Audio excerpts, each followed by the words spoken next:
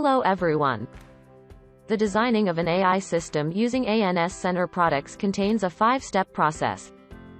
And in today's tutorial video, we will go into the first step of this process, using ANNHUB software, which is data preparation. The example I will use to demonstrate the training process is designing a student performance prediction system. If successful, in the future, this system can help us assess students' potential in a particular field and support teachers come up with an appropriate development path for that student. First, we need to have the training dataset. You can download it in the training material link. This dataset will include specific information about a student, such as gender, age, basic information about education, family, finance, etc., as shown here. This information will be presented in CSV format compatible with ANNHUB. However, for ANNHUB to be able to exploit this information, the data must be digitized, so we will need to convert them if necessary.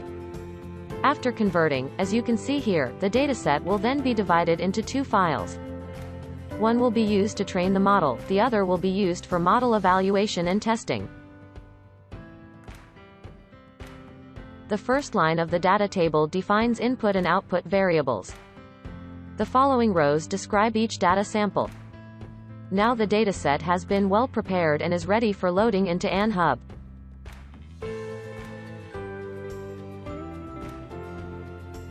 After logging in, the Load Dataset window will appear. In the toolbar, we have the File function used to import and export AI models, if any. The navigation bar helps us move quickly between different steps of the training process. Since there is no input data, they are currently unavailable. The help bar includes information such as software manuals, APIs support, software activation or update, and support requests. You can learn more when you have time.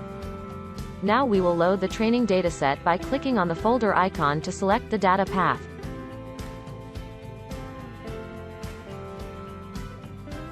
A small amount of data sample will be displayed as representative information in the training data table. So the first step of the process has been completed. In the next video, we will continue with step 2 of the training process, which is configuring neural network structure. Thank you for watching.